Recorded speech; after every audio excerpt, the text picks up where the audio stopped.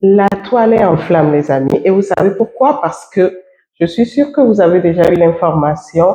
Il y a beaucoup de transformations, beaucoup de nouvelles réformes qui sont sorties, surtout par rapport à l'immigration au Québec. Alors, je suis toujours là pour éclairer votre lanterne. Restez connectés. Ça va être du lourd.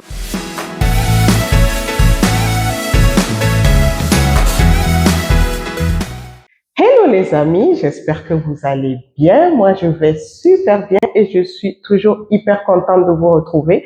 Je sais que ça fait un bout de temps que vous ne m'avez pas vu. C'est parce que je suis en vacances. Devinez là où je suis. Je suis dans quel pays? Je suis sous les tropiques et c'est super cool. Mais aujourd'hui, je me suis dit que je devais vous parler. Je devais vous parler pourquoi? Parce qu'il y a beaucoup de nouveaux changements qui se font par rapport à l'immigration au Québec. Et comme je suis celle qui éclaire toujours votre lanterne, je suis là maintenant pour vous expliquer de quoi il s'agit, avoir les vraies informations. Surtout ne paniquez pas. Je vais vous donner tous les détails, tout ce qui concerne cette nouvelle réforme pour que vous soyez avisés et aguerris. Donc, restez jusqu'à la fin pour avoir la bonne information et savoir quoi faire. Donc, je vous annonce un moratoire sur les demandes pour les travailleurs temporaires et sur les renouvellements pour les travailleurs temporaires du programme PTET sur l'île de Montréal pour 6 mois. Pour le poursuivre sur 1 an, sur 3 ans, sur 5 ans. Aujourd'hui, on vous annonce qu'on commence par 6 mois. Il va y avoir des exceptions. Bon, évidemment, on a besoin d'enseignants, on a besoin d'infirmières, donc ça va être des exclusions. On a besoin aussi de travailleurs en construction. Vous le savez, Hydro-Québec va avoir besoin de 35 000 travailleurs. On a beaucoup de besoins en construction, donc on exclut aussi la construction. On exclut aussi l'alimentation, ça veut dire la transformation alimentaire. Il n'y en a pas beaucoup sur l'île de Montréal, mais il reste qu'on a toujours comme intention de développer notre autonomie alimentaire. La dernière exception qu'on fait, ce sont les travailleurs qui sont mieux payés. Si vous venez de me découvrir, je suis Essie Koudao, je suis coach de vie et coach en leadership et je vous aide, je vous accompagne dans la transformation de votre vie et j'aide aussi tous ceux qui veulent immigrer au Canada et en Occident en général à pouvoir avoir la mentalité qu'il faut pour pouvoir accéder dans ces pays et réussir dans ces pays. Alors, vous avez une chose à faire tout de suite. Vous vous abonnez. Vous activez la cloche de notification pour ne manquer aucune de mes vidéos et vous partagez et vous likez mes vidéos. Partagez à ceux que vous pensez qui seront concernés par tous mes contenus et qui peuvent les aider. C'est très important. Alors, pour revenir à ce que je voulais dire, le Québec a sorti des informations dernièrement, surtout le 20 août, il y a eu beaucoup d'informations qui sont sorties et la toile est en flammes. Et les gens sont en panique totale. Mais je veux vous dire que ce n'est pas la peine de paniquer parce que ces nouvelles lois sont pour plus aider ceux qui veulent immigrer au Québec, au Canada et surtout dans le Québec à pouvoir venir et trouver du travail tout de suite. Parce qu'il y a beaucoup d'immigrants qui actuellement viennent et ne trouvent pas du travail et ça pèse sur le gouvernement. Donc le gouvernement a sorti de nouvelles réformes. Il va déposer un projet de loi pour pouvoir permettre aux nouveaux immigrants qui vont venir de pouvoir être bien installés, bien insérés dans la société pour pouvoir mieux réussir. Alors, il n'y a pas lieu d'être paniqué, mais il faut que vous ayez la bonne information. Ça, c'est très important. Donc, aujourd'hui, je vais vous donner la bonne information. Qu'est-ce qui se passe exactement? En fait, le premier ministre du Québec, il faut vraiment comprendre que c'est dans le Québec. Tout le reste du Canada n'est pas concerné par ce que je vais dire.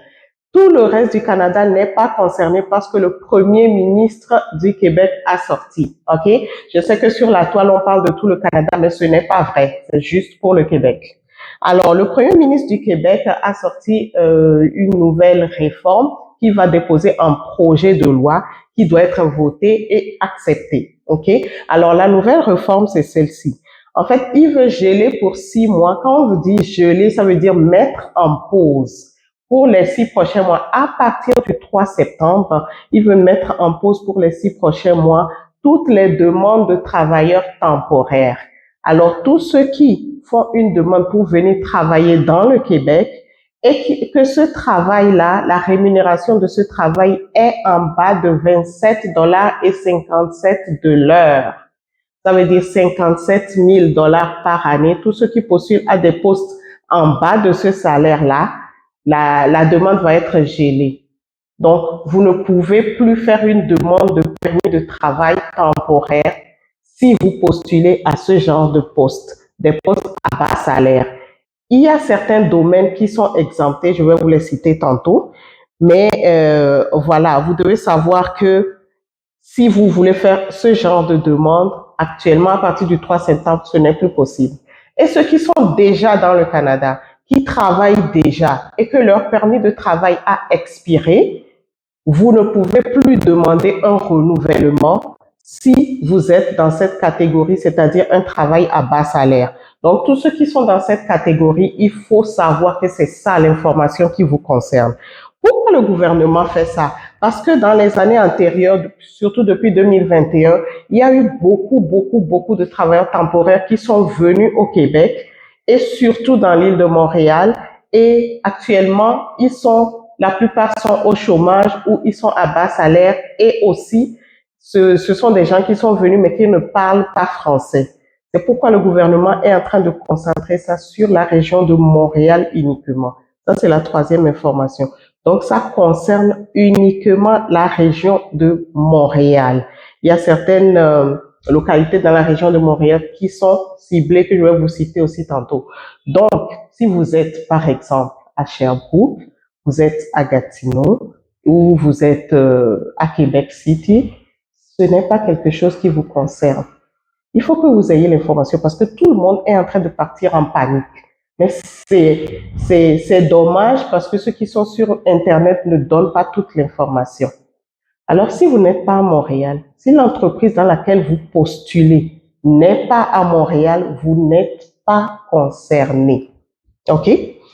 Donc, ce que vous devez faire, ce qui est important et primordial de faire, c'est, si vous voulez faire ce genre de demande, savoir dans quelle région faire la demande, évitez Montréal. Évitez Montréal. Montréal est saturé. Montréal est saturé par des gens qui ne parlent pas français. Or, le Québec veut pérenniser le français, la langue, parce que le Québec est la seule province qui parle français dans tout le Canada. Donc, tous ceux qui viennent à Montréal pour travailler, qui ne parlent pas français, font que la langue française est en train de partir. C'est pour ça que le gouvernement sort ces lois-là pour pouvoir garder quand même et pérenniser sa langue. Donc, ne vous fâchez pas contre le gouvernement. Tout le monde veut garder son origine, sa culture, comme nous savons nous aussi le faire. Et comprenons que le gouvernement est en train de mettre des mesures en place, tout ce qu'ils peuvent faire pour que ça soit fait et pour que le français soit gardé. Alors, cherchez du travail ou bien chercher des employeurs qui ne sont pas à Montréal, cherchez d'autres régions dans le Québec, il y en a plein d'autres, il y a plein d'autres villes dans le Québec, évitez Montréal. Ça, c'est la première chose. Deuxième chose, évitez de postuler à des emplois à bas salaire. Comme je l'ai dit, tous les salaires en bas de 57 000 par année, ce sont ces postes-là qui sont touchés. Donc, il faut mieux se perfectionner pour pouvoir chercher des emplois qui sont en haut de 57 000 par année ou en haut de 28 $ de l'heure. Ça va vous aider à pouvoir esquiver cette loi-là. Et la troisième chose, tous ceux qui veulent faire venir en tant que travailleurs temporaires, regardez vraiment bien à l'employeur avec lequel vous voulez faire affaire. Parce qu'il y a certains employeurs qui n'ont pas tout ce qui est requis pour pouvoir embaucher quelqu'un à l'international. Et quand vous vous mettez en partenariat ou en contrat avec cet employeur, ce que je comprends parfaitement, que vous cherchez du travail, mais l'employeur est très important. Quand vous vous mettez en contact avec un employeur et que vous constatez que ce n'est pas quelqu'un qui a l'habitude de recruter des gens à l'international, s'il vous plaît, ne continuez pas. Ne continuez pas parce que à la fin, vous n'aurez pas votre visa. Alors, je vous avais dit qu'il y avait des secteurs qui étaient exemptés. Je vais vous lire les secteurs qui sont exemptés. Il y a la santé. Comme toujours, la santé est exemptée de tout ce que je viens de dire. Donc, si vous voulez postuler à un emploi dans la santé, tout ce que je viens de vous dire ne vous concerne pas. Vous pouvez postuler même si c'est à Montréal. Il y a l'éducation. Alors, tous les enseignants, les éducateurs de petite enfance, vous n'êtes pas concernés non plus. Vous pouvez postuler n'importe où, même si c'est à Montréal. Il y a la construction. Alors, tous ceux qui sont dans le métier de construction, comme les plombiers, les maçons, les électriciens, tous les ingénieurs en bâtiment, tout ça, vous n'êtes pas concernés non plus. Vous pouvez postuler n'importe où, même si c'est à Montréal. Il y a l'agriculture. Alors, tous les secteurs agronomes, tous ceux qui sont dans l'agriculture, vous n'êtes pas concernés non plus. Et la transformation alimentaire. Alors, tous ceux qui sont dans l'industrie de la transformation alimentaire, quel que soit le domaine, mais si c'est une transformation alimentaire, vous n'êtes pas concernés également. Donc, il y a ces exemptions-là. Donc, il faut faire très attention. Si vous faites affaire avec quelqu'un qui vous fait les papiers et tout ça, soyez aguerris. OK? Vérifiez si le domaine dans lequel vous allez avoir l'emploi fait partie des exemptions ou pas. L'autre chose que le gouvernement a sorti aussi, c'est par rapport aux étudiants étrangers. OK? Donc, je vais vous lire ça exactement ce qui est dans la loi. Le Premier ministre a également réitéré les attentes du Québec envers le gouvernement fédéral afin de réduire de 50% le nombre de demandeurs d'asile et le nombre d'étudiants étrangers. Donc, il y a une autre loi à venir qui veut réduire également le nombre d'étudiants internationaux dans le Québec. Ce que vous devez comprendre par là, c'est que si vous voulez faire une demande pour étudier dans le Québec, c'est maintenant. Je vous ai toujours dit que plus vous attendez, plus vous gâchez vos chances. Parce que l'immigration au Canada maintenant, en général, est en train de changer beaucoup de choses. Et chaque fois on est là, il y a une nouvelle loi qui nous tombe dessus. Chaque fois on est là, il y a une nouvelle réforme qui nous tombe dessus. Donc, si vous voulez étudier au Canada, le mieux, c'est de partir votre demande d'admission tout de suite pour éviter qu'il y ait une loi qui vous frappe, qui fasse que vous n'allez pas pouvoir continuer votre demande. Les demandes d'admission, il y a la session d'automne, il y a la session d'hiver qui est en janvier. Donc, regardez avec les universités, avec les collèges, là où vous voulez vous inscrire, vous faites votre inscription tout de suite avant qu'il ne soit trop tard ou qu'une autre loi ne vienne pour pouvoir vous freiner. Donc, c'est important. La loi n'est pas encore sortie, mais c'est en cours. Ils ont déjà donné les nouvelles ou les prémices de cette loi-là, donc faites très attention. Et la dernière chose, mais pas des moindres, que je veux vous dire, ça c'est vraiment par rapport à tout ce que j'ai déjà expérimenté. Il faut que vous sachiez que toutes ces lois, toutes ces réformes qui sont en train d'être faites, ça ne va pas s'arrêter là, ça va continuer. Il y a beaucoup d'autres choses qui viennent, mais ce n'est pas pour autant que vous allez vous dire que non, le Canada c'est mort. Le Canada ce n'est pas mort parce que le Canada a toujours besoin d'immigrants. Et tout ce que je viens de dire, c'est seulement dans le Québec. Or, le reste du Canada, l'immigration continue normalement. Donc, si vous avez décidé d'aller au Canada, ce n'est pas parce qu'il y a cette loi-là qui est sortie que vous devez vous décourager ou vous arrêter ou partir en panique. Vous pouvez aussi postuler dans le reste du Canada. C'est vrai que nous, les francophones, on priorise le Québec parce que c'est là-bas qu'on parle français. Mais il faut sortir de sa zone de confort. Vous savez, il faut sortir de sa zone de confort, attaquer des choses que vous ne pouvez pas faire.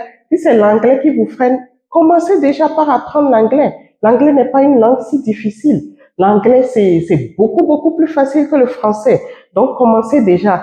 Qu'il n'y ait pas quelque chose qui vous freine. Si vous êtes déterminé à faire quelque chose, allez jusqu'au bout toujours et vous aurez la victoire. Comme je vous l'ai dit, vous avez besoin d'être bien aguerri, bien préparé pour prendre votre envol. Je suis Esikou Dao et je suis votre ami.